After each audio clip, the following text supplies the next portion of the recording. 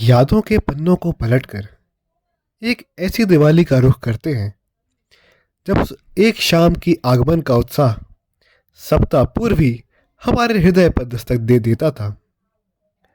वैसे तो छुट्टियों में सुबह जल्दी उठने पर हमारे घरों में खूब ड्रामा हुआ करता था, परंतु दिवाली की उस दिन में कुछ तो ऐसी बात होती थी जो न एक रात पहले आंखों में नींद आने देती थी और न सुबह तक देर तक सोने देती थी।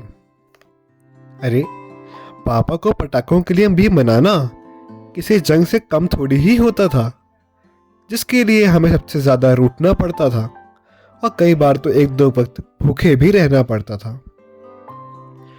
बचपन की मासूमियत इस बात से झलकती थी कि पटाखों से ज्यादा इस बात में दिलचस्पी रहती थी कि हम पटाखों पर कितना खर्च कर रहे हैं, और हो भी क्यों ना, क्योंकि दिवाली के बाद स्कूल में वापस जाके दोस्तों में शेखी भी तो बघारनी होती थी कि मैंने कितने रुपए के पटाखे जलाए हैं।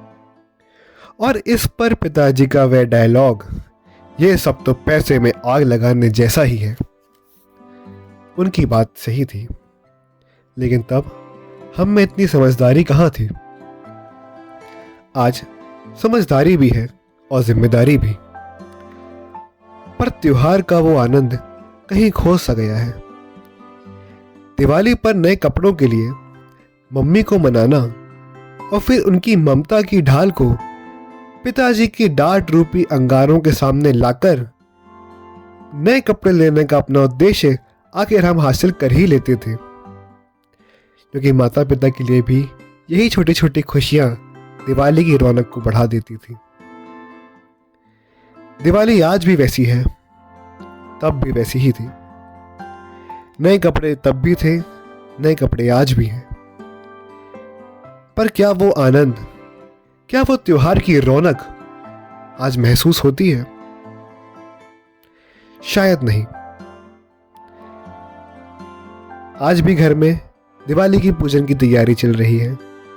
माँ आज भी थाल सजा रही है और पिताजी आज भी किसी न किसी चीज पर किसी न किसी को डांट लगा रहे हैं, परंतु कुछ तो अधूरा सा महसूस होता है। शायद बचपन की वो सादगी, वो मासूमियत और वो अपनत्व लुप्त सा हो गया है। दीपावली अब पहले जैसी नहीं रही और शायद आगे भी ना रहे, परंतु ये यादों का सैलाब हमेशा चेहरे पर मुस्कान यूं ही बरकरार और यूं ही लाता रहेगा।